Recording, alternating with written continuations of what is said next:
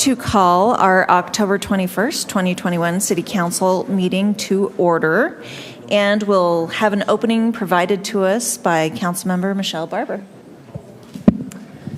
Hi all, thank you all for coming. It's fun to have a bustling group and audience. This evening my thought is going to be reflected on a book I'm reading from a really fantastic leader. It was on Abraham Lincoln, a new book I've never read before. And the beginning premise is all about his excitement for government. Even though he was kind of dragged into it, he stood up to responsibility. And one of the quotes that I highlighted, even though I was listening to the book, I highlighted in my mind was, "You cannot escape the responsibility of tomorrow by evading it today."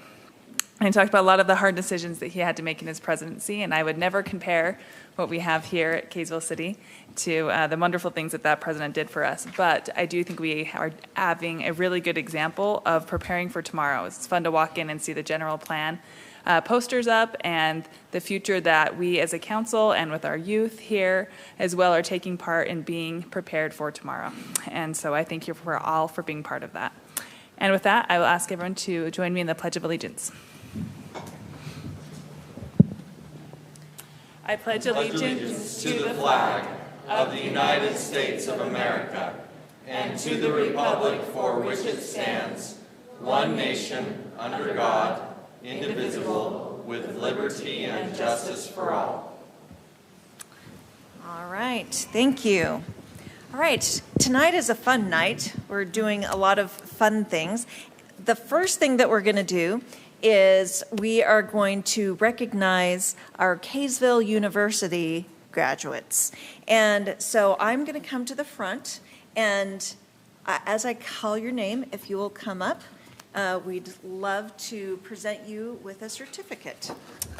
And I do believe not everybody is here tonight, but we'll do our best.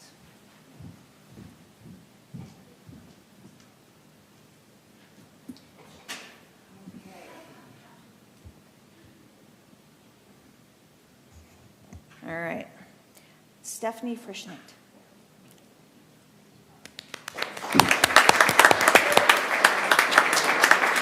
There you go, thank you. Tammy Tran. Yeah.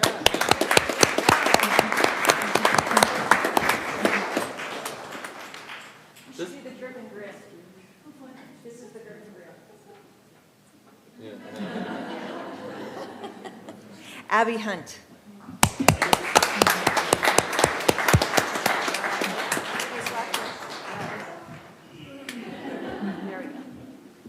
Judy, you're.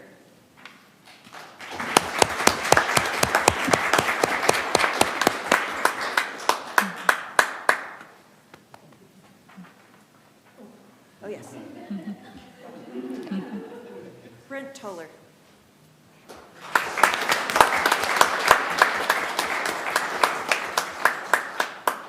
Thank you. Great class. David Moore.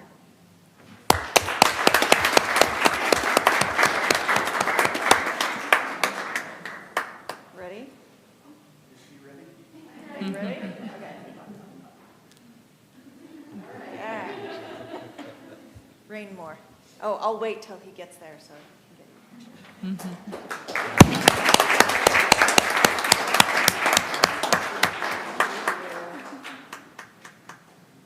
All right. Perry Oaks is out of town. Gary Jepson.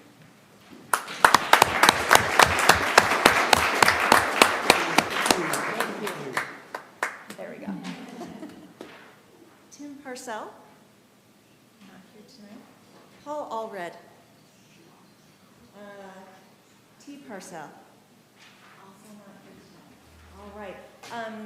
Just in case you don't know, Kaysville University graduates have spent how many weeks? 9 weeks meeting with our department heads, learning more about the city, and really being able to dig in depth to the issues that we face as a community. So it has been a time commitment for them, and I also want to give appreciation to Shane Scott, who has organized this, and all of our department heads and everybody who's been able to help teach these classes. I know that I did Kaysville University and found it very valuable when I was running for mayor 4 years ago. And I hope that what we hope to do is just keep going and having more and more people understand really how our city works. So thank you to our staff, and also thank you to our graduates.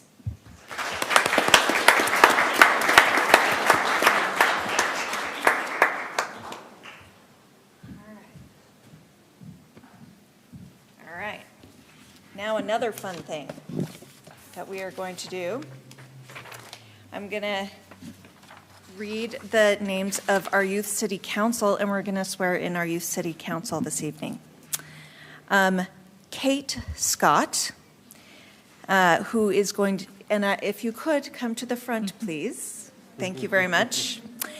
And right in the middle, Kate Scott is a senior at Farmington High, and she's going to be serving as our mayor this year. Eliza Stredbeck.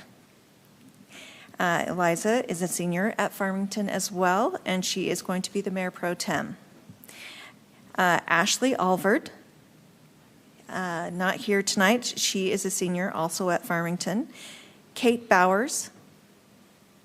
Kate is a senior also at Farmington High. Holly Francis. Holly is a junior at Davis High. Maggie Scott is a sophomore at Farmington High. Grace Maybe. No. Grace is a sophomore at Davis. Kaya Cisney? Oh, I got it right. That's all. Kaya is a sophomore at Davis. Michaela Heath, in my ward, sophomore at Davis. Hannah Cutright. Hannah is a senior at Davis High. Eliza Thaxton. Eliza is a senior at Davis High. Hallie Harding. Hallie is a junior at Davis High. Lindsay Jepson is a junior at Davis. And Ryan Murphy, the token male, is a senior at Davis High. All right, here we go. Who rules the world? Girls. Not sad. All right. So, if you will please raise your right hand. I state your name. Do solemnly swear. That I will support. Obey. And defend. The Constitution. Of the United States. And the Constitution. Of the state of Utah. And that I will discharge. The duties of my office. With fidelity. Wonderful. Thank you.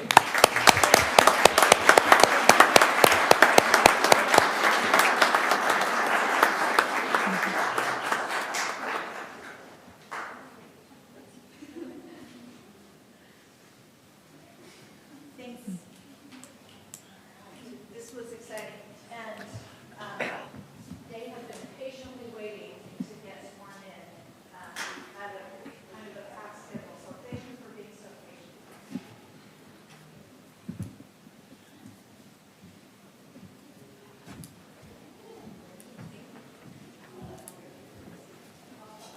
All right. All right. Now we're doing something fun, and we're going to have a presentation by Davis County Elections talking about election integrity. So over to you. Thank you so much. Just so I'm clear, these are your slides, right? Yes. Okay. Yeah. I'm filling in for the normal guys. So. Doing a great job. Thank you, Mayor. Thank you, council members. Appreciate the opportunity to come and speak with you about election security and integrity this evening. We find ourselves in a unique time in our nation, and appreciate the time that you're giving us to come and comment and answer any questions. Certainly that's the most important thing we can do this evening. I also want to thank you for the relationship that we have in running your municipal elections. We value that partnership and appreciate that. So, Utah election systems have served as a model for the nation for the last several years. Our election officials are frequently invited to share our best practices at national conferences. We sit on and lead national election committees, and we've even testified in front of Congress about election practices in the state of Utah. Having said that, we are fully aware that voter confidence across the country is suffering. And even with our exemplary system, Utah is no exception. Utahns hear what appear to be horror stories in other states. They see complex and statistical analyses that supposedly prove that elections were stolen, and rightly so, they have questions. Now, whether or not these stories are or analyses are valid, it still undercuts and undermines the integrity of elections. This is why, as election officials, we are constantly trying to improve ourselves and our election systems that we administer. Elections officials are obsessed with risk and control. And this evening, I'd like to share with you, and the document you have before you talks about the risks and controls. This is a document that was released yesterday by the Lieutenant Governor's Office, and it was developed in conjunction with Davis County Clerk Auditor's Office and Weber County Clerk Auditor's Office. I hope that you see this a lot in the coming months and years. The 4 areas of election security, we call them the 4 pillars of election security, are voter registration, voter equipment and ballot scanners and tabulations, ballot processing, and voter responsibility. I'd like to walk you through the handout and talk about some of these areas. The foundation of election security is voter registration. And as you can see on this slide, and you'll see in the other 4 pillars, we've identified the risks that we hear commonly as we talk with citizens and have citizens come and talk with us. Questions like, can a dead person vote? Questions like, can voter registration, can voters register under fake names multiple times on behalf of other people or register their pets? Each of these risks are addressed in this document. We have existing safeguards, and we've had existing safeguards for decades. Election security is nothing new. But as I said before, we're also open to growth and development. And once again, in conjunction with the Lieutenant Governor's Office, the clerks throughout the state of Utah are working to develop additional controls. And that's what you see down in the bottom. We're recommending additional safeguards to our elections. So when it comes to voter registration systems, we are recommending that the Lieutenant Governor now, through statute, start auditing voter registration, our voter registration database. Something that people need to understand is that when it comes to elections, the Lieutenant Governor is the chief election officer for the state. But the folks that actually run elections are your county clerks. And so all voter registrations are coming through clerk offices. What we are proposing is that now the Lieutenant Governor's Office begin to audit those registrations, those entries. We have nothing to hide. We're confident. But we also want to know if there are issues or if there are problems. And so we're asking that that be included in next year's legislative session. As you flip over to ballot security and processing, once again, there are concerns, the risks that we hear about. Could someone vote another person's ballot? We have existing safeguards. Our systems and our processes are built with layers of security to make sure that there is no one single silver bullet to election security, but that multiple layers would have to, or multiple controls would have to fail for an issue to go undetected.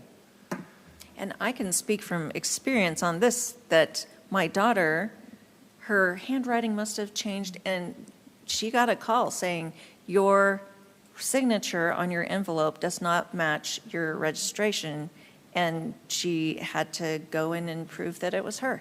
Yes. So just something, and do not sign your child's ballot. Yes, please do I not. don't know that from experience, wow. but other people have So- told me about that. Yes, and thank you for bringing that up.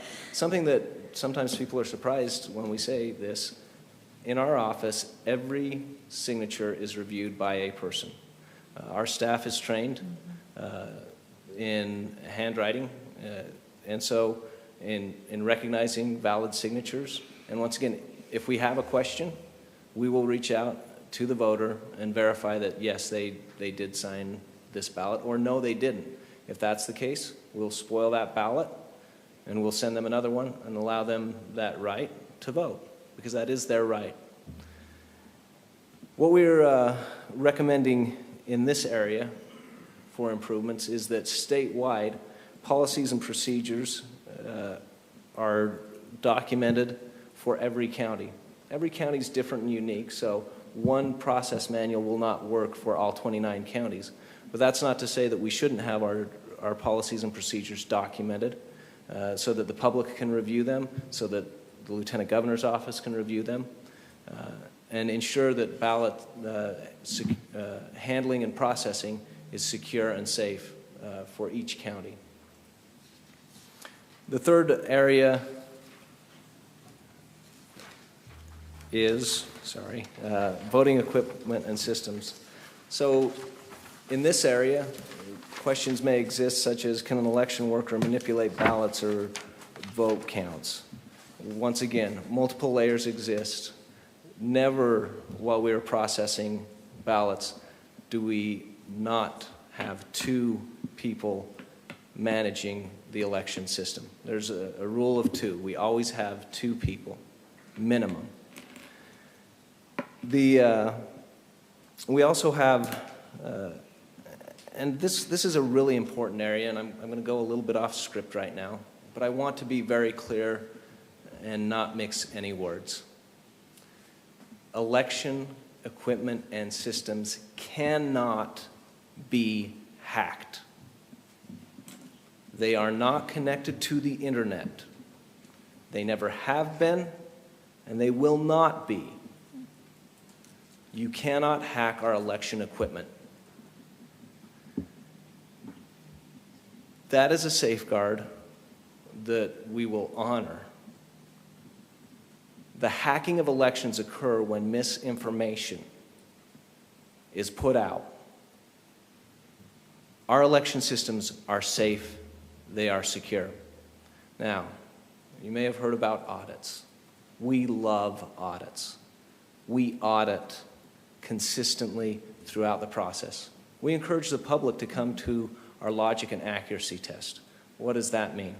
Before each election, we will take a set of pre-marked ballots that we know what the result is going to be. And the public can watch us take that, put that on the scanner, scan those ballots, and verify that the machine is counting correctly. Once we know that the machines are programmed and are working correctly, then we run the ballots. But as we go through the election process, we have checks and balances to make sure the ballots that come in are tracked meticulously throughout the process. We can account for every ballot that comes through our office. We have audit logs and trails that follow all of the ballots. After the election, the Lieutenant Governor's office will send us a random, we send them the batch numbers of all the ballots that we've received. They send us a random sample and say, test these ballots.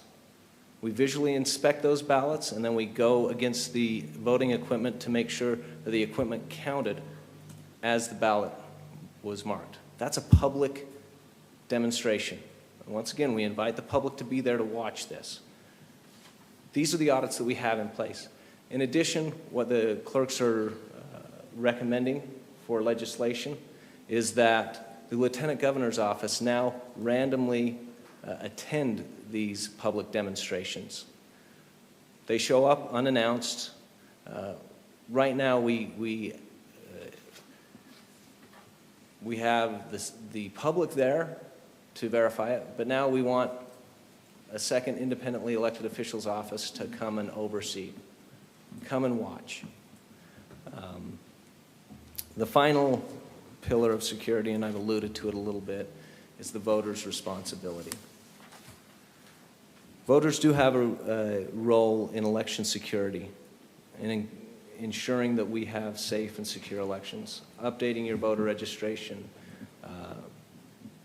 If you have questions, contacting your county clerk or your election official, for those in the state that don't use their county clerk on occasion, reaching out and getting your questions answered. We love to answer questions.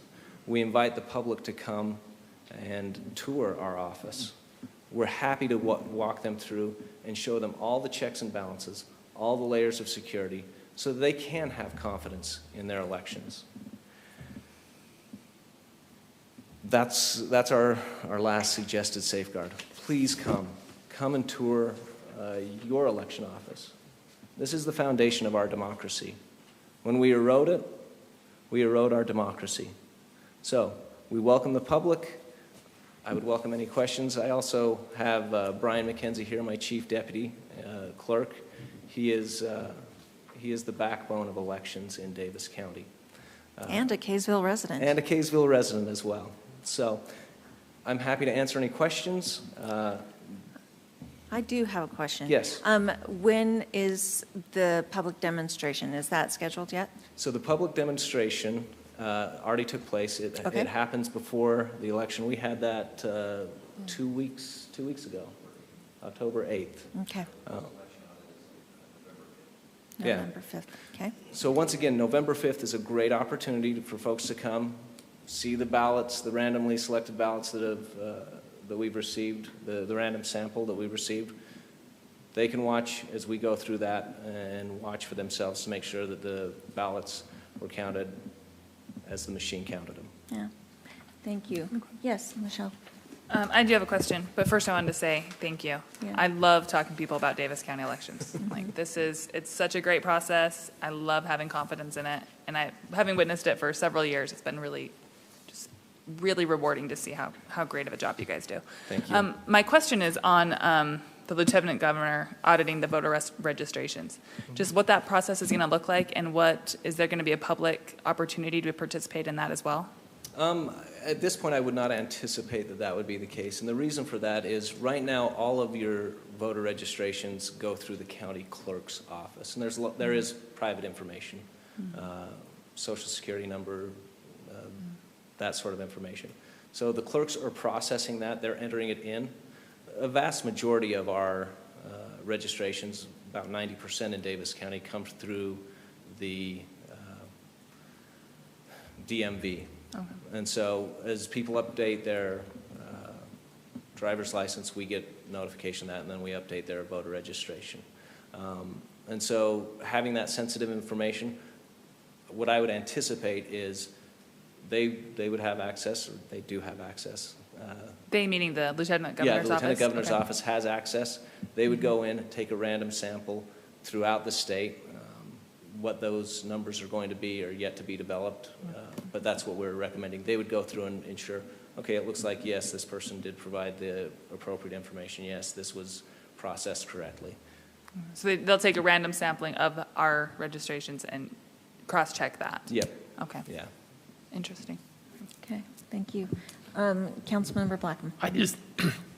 So the people, I mean, you hear so much about voter fraud. Mm-hmm.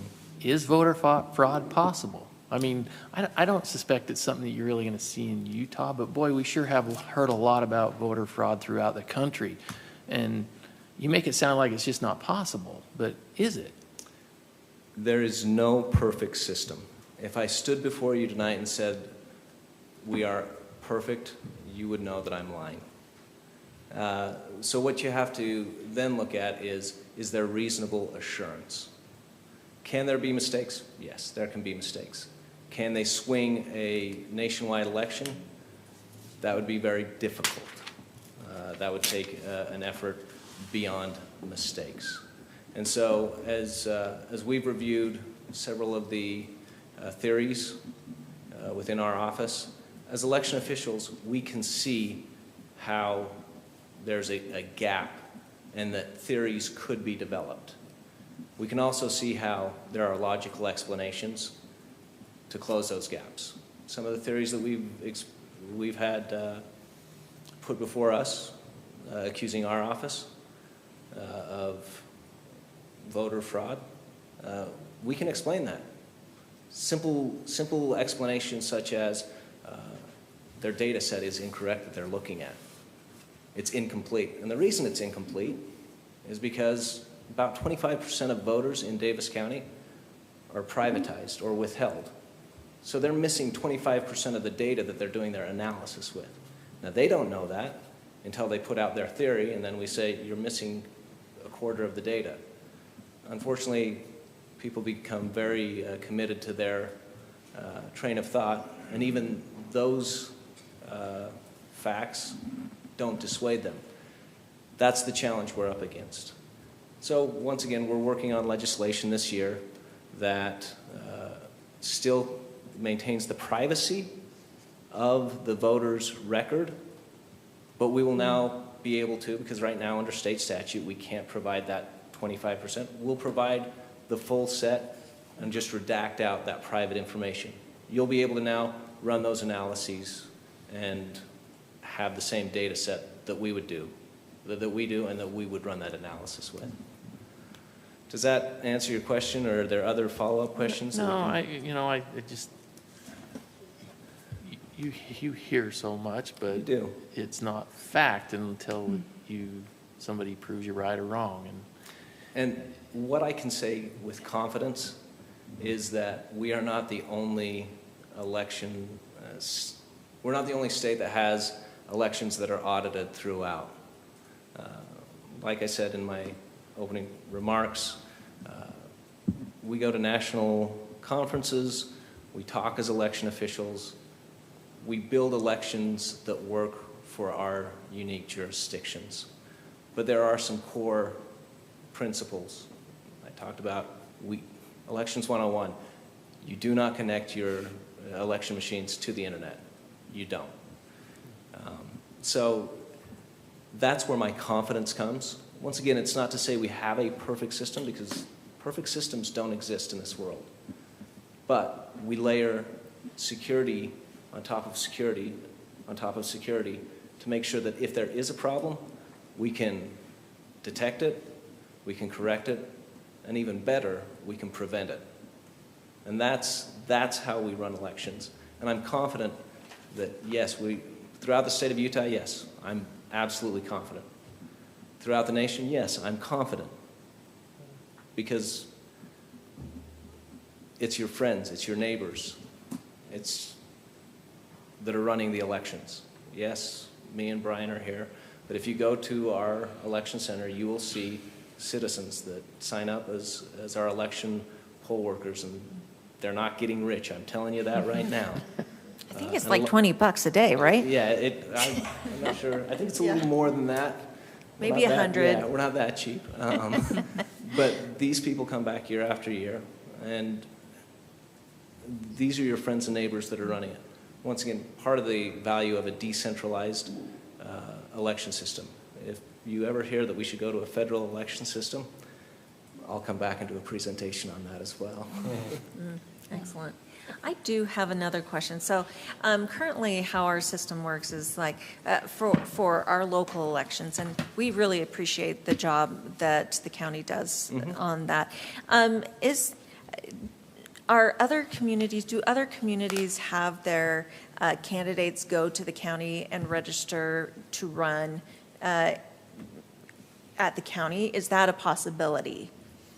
So I'm going to look to Brian, and if I go astray, he's going to correct me. But this would be my understanding of that. Yes. When we run municipal elections, we are simply acting as a contractor. I'm not the election official at that point for Okay. those. The election official would run the city election, and that's why when city candidates go to file, they're going to go to the city. They're going to the election official to file, which is not the county in this particular year. Next year, when it's a county and statewide election, yeah, at that point, I am, the election official. I'm not just a contractor. But that's why we would direct the candidates to file at the city office where the elected, well, not the elected official in that place, but the election official runs the election. Great. And if somebody wanted to help with the election coming up, is there a website that they can go to, or? Brian, do you want to talk about staffing right now? At this point, we have our poll workers in place. We're Nice. lined up. Okay, perfect. We are processing ballots right now. We're receiving ballots daily through the mail and drop boxes. And so we process those ballots. Please understand, there is no tabulation that takes place until 8 p.m. on election night. So So you can't give us a hint, is what you're saying? Just like a little one? I Just can to- tell you that people are voting right now. I'm very much That jealous. is good, okay. We are receiving ballots. Good. You can tell that I'm not on the ballot because I'm like, I forgot that it was even happening. Oh, wow. No, I forgot that, oh yeah, I've already voted, and obviously they have the poll workers already in place, so that would make sense. But, so anybody who might be listening, who that sounds interesting to them, contact the county elections and put your name on a list. I would imagine you keep a list, right? Yeah, absolutely. And elections are more and more spanning the year. So we have opportunities throughout the year. It may not be during election cycle, but I know in January and February, we'll start doing signature verification for candidates that are filing for office and seeking office or seeking to get on the primary ballot through signatures. And so those processes are always going on. So yes, we love to invite citizens to get engaged and get involved. Please come, Logic and Accuracy. Please come to the public or to the post-audit elections. We love to have people there. We love to answer questions in that moment. Councilmember Tran? I just had a couple questions. I was wondering, so through the auditing process, how do you handle voter confidentiality in terms of people looking at the ballots at different points in time, possibly being Yeah, a very good part of question. an audited batch? Yes. So the way that the system is set up, when a ballot is returned, it is scanned in, and at that point, it has voter information on the envelope. We're updating voter registration so that if folks want to go to vote.utah.gov and track and see if their ballot has arrived at our office, they can see that. Once we get through all of the verification, do the signature verification, if we have to call folks, once we know that that ballot can be tracked, what's going to happen is we are going to take a batch. It's going to go into an OPEX machine. The OPEX machine basically, it's used by financial institutions that process a lot of payments. So if they're having checks, somebody's paying their utility bill or their credit card bill, it comes through the machine, it slices the envelope open, and we literally have somebody that sits there and does this. And that's how fast they go. And so they just continually go through that machine. The envelope goes over there, it's put into a bin and kept for 22 months after the election. The ballot is then taken. It's not unfolded or anything. They're literally just picking them as fast as they can. Then that batch is taken to another station where the ballots are prepared, meaning they're unfolded, make sure that people didn't spill coffee or their breakfast or lunch on it. Water, I had that happen. Water, by the way. yes. And I got it returned. And it did. Yeah. So that's how we ensure the secrecy of the ballot. Okay, thank you. And then my last question was, I know when I came to the candidate training for this election, you mentioned that not all of the information that was available in prior years is now available. So like emails and phone numbers, are they not included in information that candidates can purchase? That's correct. Is that correct? Okay. State law changed, and so for voter privacy, the phone numbers, emails. And that's really a help to us, because when we go to cure a ballot, is what we call it. When somebody's signature doesn't match, or we say, this doesn't look exactly right, we're going to reach out to the voter. The first thing we're going to do is we're going to call the phone number that's on their ballot. It's really important for us to have that, because we want to cure that ballot as quickly as possible. We want to give them the opportunity, if they need to, if it's close enough to Election Day, then we need to let them know, hey, you're going to have to go to a polling location. And so that phone number is really important. The email, we can use that as well to try and reach out to them. But if we can't get them by phone, we're going to mail a letter to them and let them know, hey, we need to chat with you, or to verify your ballot. That's why that information is so important. If people know that that's going out, they're less likely to provide that to us. Right, and I appreciated that. It happened to our daughter. She had a new mature signature and didn't answer her phone, and it was mailed. And so it was a great process, so I appreciate that. But I was trying to explain to her, yeah, you're not on a list necessarily, and it gives people confidence knowing that. So appreciate everything you guys do. Thank you. Thank you.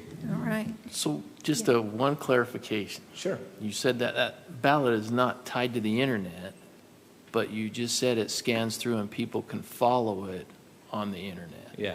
So tell me the separation between counting it and following it. So we have multiple stages. The first stage is when it is scanned in to our mail ballot verifier. Is that MBV? Sorry, I'm used to the MBV, but as it comes in, that's one piece of equipment, and that is completely separate from our counting machines, our tabulations. So as it comes in, we're updating voter registration and that information, and then that goes to the internet so that folks can see, okay, my ballot was received. Once that goes through, that's doing a lot of, it's scanning the signature, it's marking that it's been received in our office, it's doing a bunch of the clerical part. Then it leaves that station. It's physically removed from that station. I appreciate you clarifying that, because it just didn't make sense that it was scanned. So it sounds like after that, then it goes to a hand fed. Okay, thank you. Okay. Any other questions? All right. Thank you so much. You're welcome. Thank you. If you Curtis. ever want a tour, Yeah. we love to tour folks through. We would love to walk every one of you through, and any citizens. We would be happy to walk you through the processes. We love having citizens come and see the process and answer the questions. You know, maybe for the next Kaysville University, you could add that to the list. That would be awesome. Yeah. Oh, We'll technical. call it an advanced degree at that point. Yes, there you go. Thank you, Curtis. We appreciate your Thank time. Thanks, Brian. Thank you. All right. All right. Any conflicts of interest? No. Okay. We are going on to our consent items. Would anybody like to move our consent agenda? I'll make a motion to move the consent agenda. Approval of minutes. I'll second. Okay, it's been moved by Councilmember Tran, seconded by Councilmember Adams. Any comments? Great job, Anne Marie. Yeah, there you go. All right. Okay, we will go to a vote, and we'll start with Councilmember Blackham. Aye. Aye. Aye. Not amending. And we have one council member missing, so it passes. Oh, there we go. It sounded like you were sure of somebody. Thank heavens, passes 4-0. All right, now we're going to move on to our action agenda items. A resolution enacting several fire-related fees of the consolidated fee schedule. Mayor Nick. Witt, members of the City Council, it's good to be with you tonight. This was on our work agenda last meeting, and staff got some feedback that you'd like the language tightened up, and we Chief Erickson and I have worked on that. We feel like we've tightened it up significantly and feel like it's ready for passage, but we're open to further guidance if the council wants to give that. Thank you. For public comment, nobody has signed up to speak to this item, so we'll go to questions from council. Any questions from council on this? No? All right, wonderful. I would entertain a motion on this. I'll make a motion that we approve the resolution enacting several fire-related fees on the consolidated fee schedule. Second. It's been moved by Councilmember Barber, seconded by Councilmember Tran. Any comments? I do have a comment. Councilmember Blackham. I'll try to keep it short.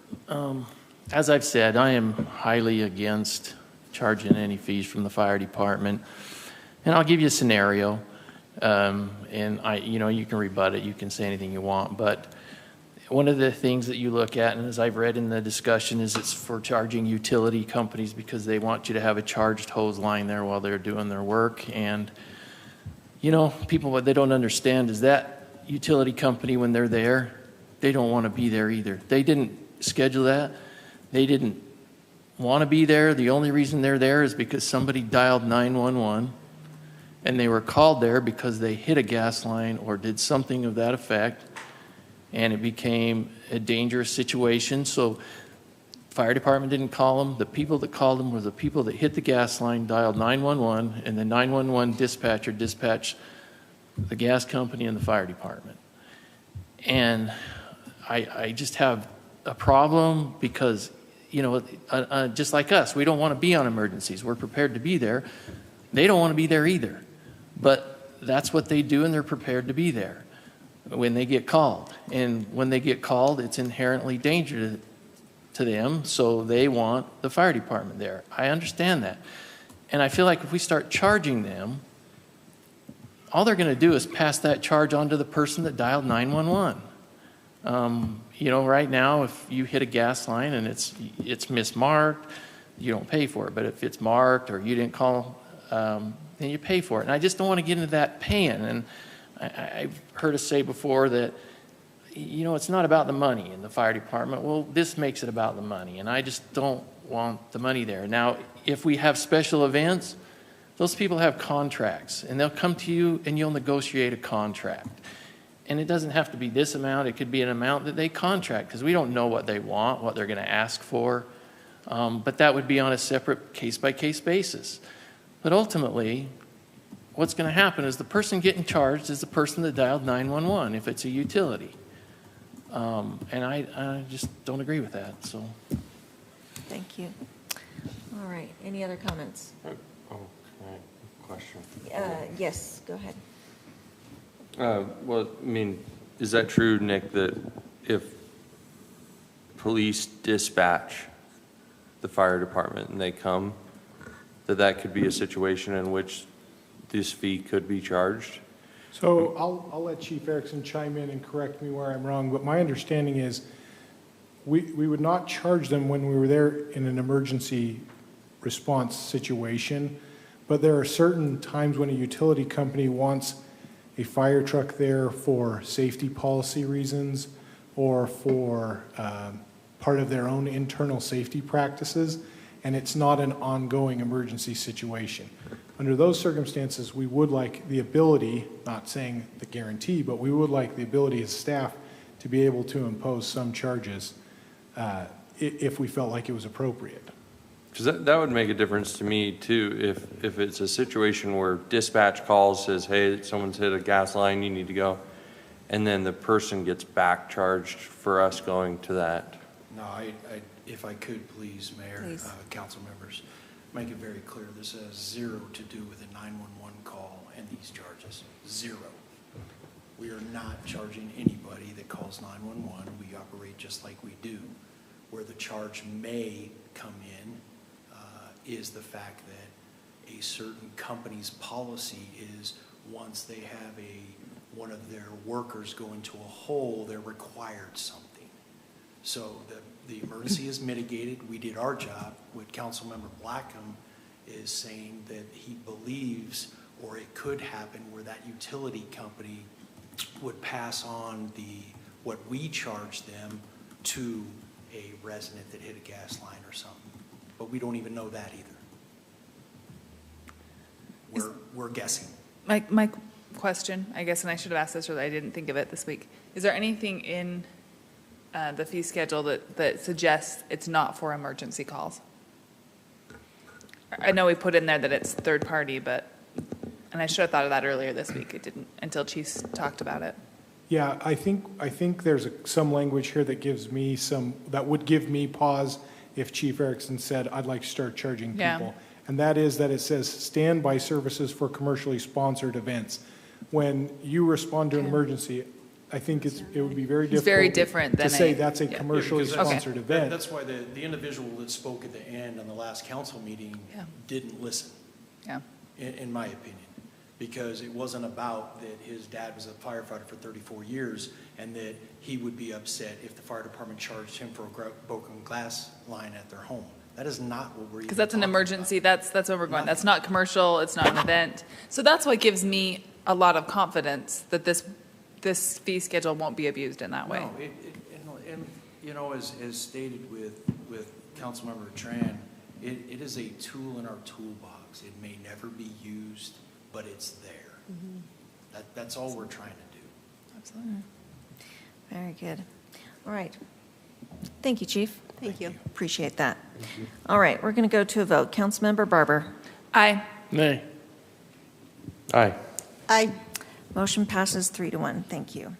An ordinance amending Section 15-1-1 regarding definitions and enacting Sections 15-9 entitling restrictions on retail pet sales. Shane. Mayor, thanks. As in the previous agenda item, we discussed this one at the last city council. There seemed to be consensus from the council to address the retail sales of some pets. Although there was some discussion about this not being a current situation or problem in Kaysville, it seemed like there was some consensus and maybe being a little proactive here and adopting this ordinance. So we're here for questions. Mr. Mills has adjusted this ordinance to conform with our ordinances as well. Thank you. We do not have anybody signed up to speak to this item, so we'll go straight to questions from council. Councilmember Blackham. Just one question for Nick. I know that the lady came in and she talked about puppy mills, and that's what she was mostly concerned with. But the way this ordinance reads under 15-9-1, which 9 is a new section, correct? Correct. 9 says, it shall be unlawful for any pet shop to sell or offer for sale a dog or cat. So that's saying you can't even sell a dog or cat out of there unless you follow the thing, and it has to be through a rescue or something. And I didn't think that was her intent. I thought her intent was she just didn't want the puppy mills to supply dogs to the thing. So I don't know. I need to be educated, I guess. So I think that it just prohibits a retail shop from selling a dog. It doesn't prohibit if you have a home occ or a home occupation or whatever. But I think the concern, and I could be wrong, and unfortunately she's not here to speak again this week, but I think the concern is that a lot of local pet stores obtained most of their dogs from puppy mills. So okay. It's targeted at puppy mills, but this is an effective way, or this is a way that you can do that. Your local pet store, my understanding is that your local pet store would often purchase dogs and cats through those irreputable puppy mill type. Okay, so like if we learned later that this was restricting them from selling dogs or cats, they could come back later and come to us and say, that's not what we do. We get them from ABC Kennel down the street who runs a reputable system. If that's not, that's all. I just want to make sure they could come back and talk yeah, to absolutely. us. We and in the future, if the American Kennel Club wanted to open a certified shop here or something, we could certainly amend the ordinance to allow. I could envision that we could amend the ordinance to allow certified dogs or something, purebred cats. You seemed a little familiar with that club. What was it called? Wow. The American what? Yes, the American Kennel Club. My dad watched the American Kennel Club's national show every, I think it's Thanksgiving afternoon. Anyone My who entire has dogs life. knows about Yes. the I've AKC. seen many German Shepherds and Very- Schnauzers. Yeah. I'm impressed. Thank I was you. watching the Cowboys lose, but, okay. That's funny. Councilmember Tran. Nick, I was just going to ask you, if that's something that's amendable, can we just wait and add that now before we approve it? Yeah, I'm happy to do that. I am happy to, I guess my concern is, I don't know quite what the What those dog sellers organizations would will look want. like? Okay. But if you want me to look into that, I'm happy to do that. I Okay. don't think this is a pressing issue that we Right, need to that's what I'm adopt saying. It's tonight. not a pressing issue, probably. And I was also going to ask, are some of these puppy mills people working at home, having their little home-based puppy mill? I mean, is that not a problem at all? Yeah, I would imagine I know it it's not is. that we know of, but I'm just saying. I would imagine it is. I would imagine, and I'm certainly not an expert on this, but I would imagine it's a less of a problem Than a if you're retail- setting up at the grocery store saying $50 dogs or Okay. whatever. Okay, I think it's less of a commercial venture in Okay. that. But I think that is a concern for the Humane Society as well. okay, thanks. Okay, thanks. All right. So do we want to go ahead and? I'll make a motion that we approve action item B, an ordinance amending section 15-1-1 regarding the definition and enacting. Oh my gosh, section 15-9, entitled Restrictions on Retail Pet Sales. Second. All right. It's been moved by Councilmember Adams, seconded by Councilmember Tran. Any final comments? No. Let's go to a vote. Councilmember Adams. Aye. Aye. Aye. Aye. Motion is unanimous. Thank you. An ordinance amending various chapters of Title 18, Building Restrictions, and Title 19, Subdivisions, updating various stormwater requirements.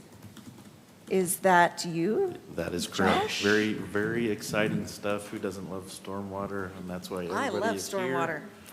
Everyone is here. Everyone is here. Hey. Paul loves it. Thank you, Mayor and Council. As you see in the packet, there's a couple of things here that we're discussing tonight and that we were visiting with the Planning Commission about last week.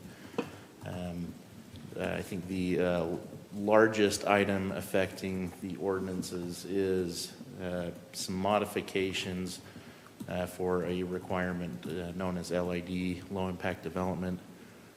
It's a three-letter word that's close to a four-letter word in my heart, but it's a requirement from the EPA aimed at safeguarding water quality by, rather than collect water that falls as rain and put it in a body of water and send it in a river somewhere, trying to keep that on the site where it falls and let it percolate into the ground.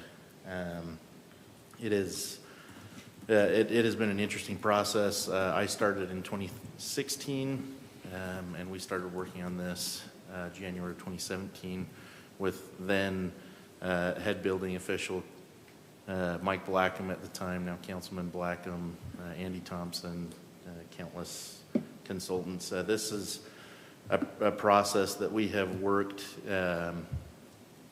methodically and meticulously on because we don't want to be burdensome to developers, builders, as well as staff. So what you see before you are changes to Title 18 and Title 19 that incorporate LID by reference. The meat of the information on LID requirements is in a separate standalone document, the Low Impact Development Manual for Kaysville City, that we'd also be looking to adopt by council. We want that to be a standalone document. If there's any technical information that changes in the future, we don't want to have to come back to the ordinance. We want to be able to just attack that document. And then the other item that was affected by LID was our standard drawings. Last year, we came to council and planning commission to update our standards, our construction standards that were last updated in 1994. The drawings were last updated in 1994. We've been working the last year to redraw all those standards. A lot of CAD work gone in and review time spent with that. So we'd also be looking to adopt the new standards, which would be also separate from these ordinances. So that is a really long, exciting explanation. Okay, wonderful, wonderful. Okay, we do not have anybody signed up to speak to either of those items. That's disappointing. I know. All right. Aquaman? Aquaman? All right. Do we have any questions? No question. No questions. I was wondering what Mike's thoughts were. Well, okay, so this is this is thought. This ain't a quit, is it? Okay, so it's one of those deals where it's a nagging thing to a developer. It's a nagging thing to a city. We have been listening down at the Utah Leagues of Cities and Towns how we are diminishing the water in the Great Salt Lake to the point where it's creating pollution in the valley and causing all kinds of problems. But yet the federal government says, nope, we want you to retain all your water on site and let it evaporate and percolate into the ground. And then they say, but if you do let it go, we want you to clean it, wash it, strain it, send it down. And you know, Nature Conservancy, they want all the water you can give them. The more water they get, the better it is. They want the water. And so it's kind of an oxymoron or whatever. It just two things fighting against each other, but it's federal government, basically big government telling little government what to do. Yeah, it's unique to find a topic that is really controversial where you find me and members of the Home Builders Association like agreeing and locking arms on. But yeah, it is quite complex, impactful across the board. I'm really grateful that we've had the opportunity to really, like I said, methodically move through this, because the only thing better than LID not existing is, I think, the approach that we've taken. And in that regard, there is a concern about lack of water there to keep water here. Kaysville is unique from other parts of the country in the soil types that we have in high water tables, especially on the west side. And so there's instances that we have written in that what the federal government wants to see is not feasible, and we've made sure that we're meeting the requirements to say that certain things are not feasible. I know we're getting off into the weeds, but I don't want you to get out of here too early. But we did a project a few years ago with Nature Conservancy that is the perfect example of LID. It's a regional facility.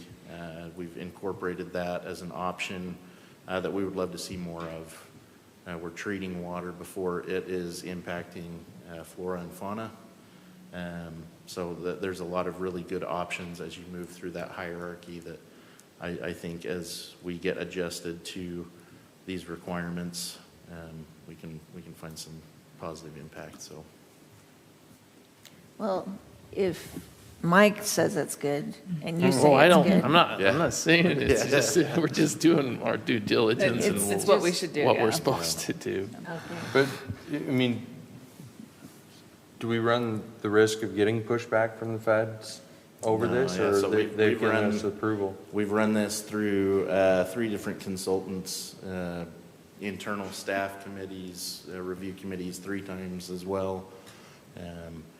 We know that the requirements within LID from the EPA are very broad and very vague. The state has got more specific, but it's still somewhat broad and vague. And what we have meets those in every way.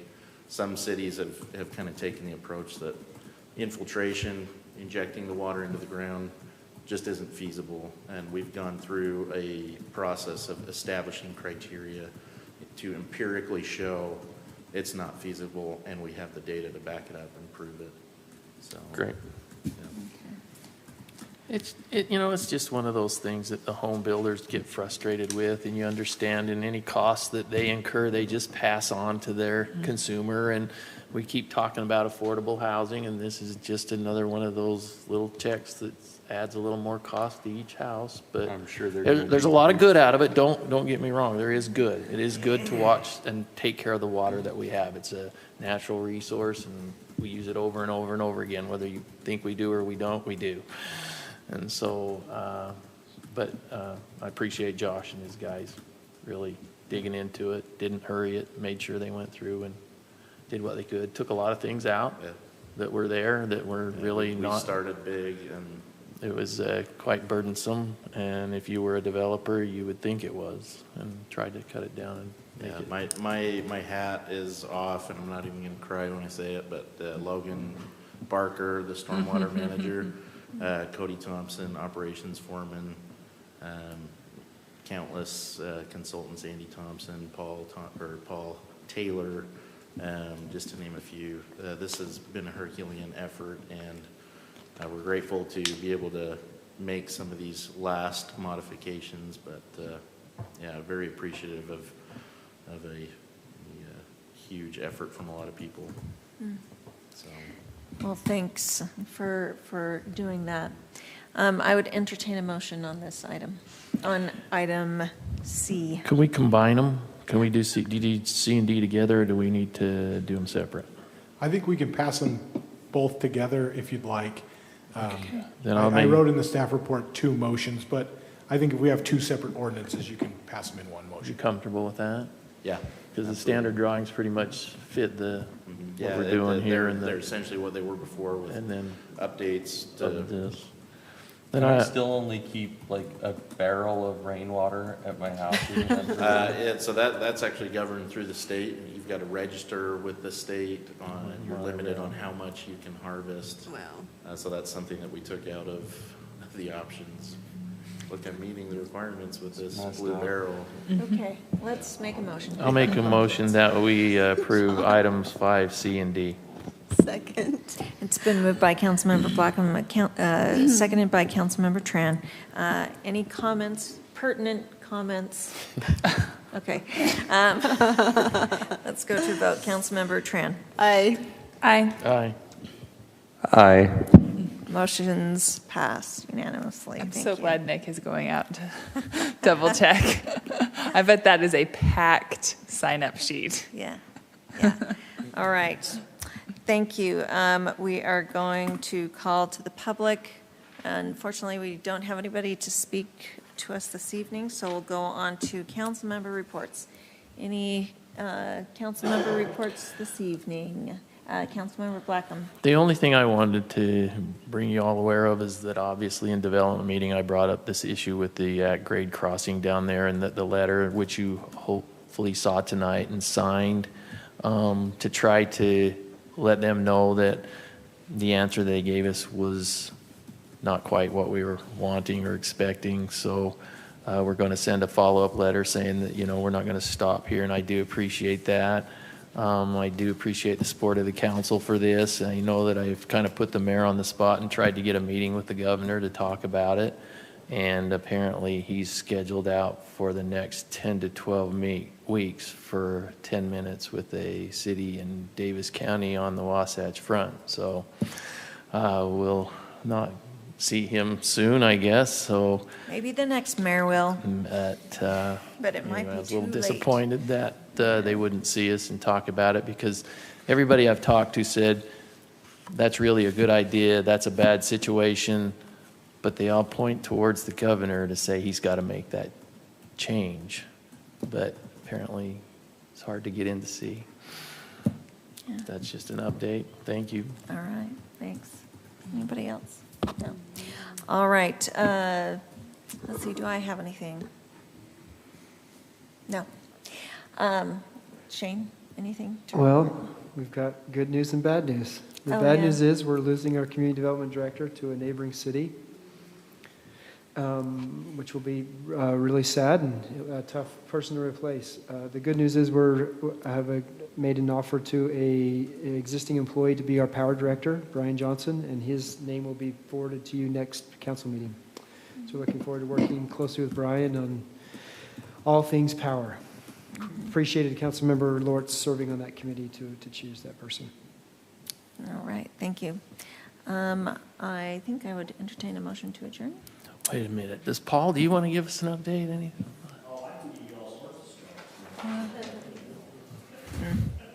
The police department has been super busy. Lots of fun stuff going on. Lots of outreach programs. Hey, trick-or-treating. Come on. Trunk or treat. Trunk or treat.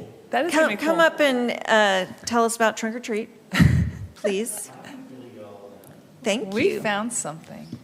There are currently 2 viewers. Oh, I'm just kidding. might be a rough crowd then, so I better watch. We got plenty of candy, so please come. Okay, I good. believe it's the 29th at 6, I think.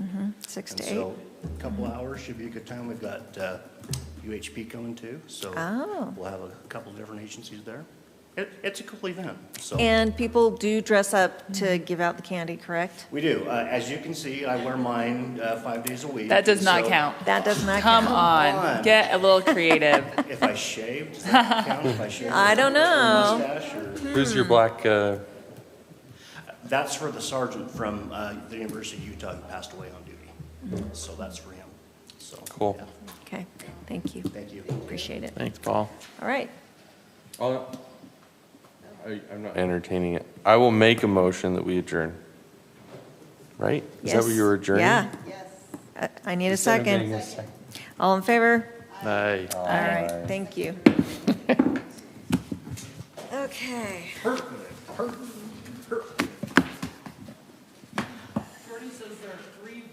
Oh, okay. Way to undercut us. Correct.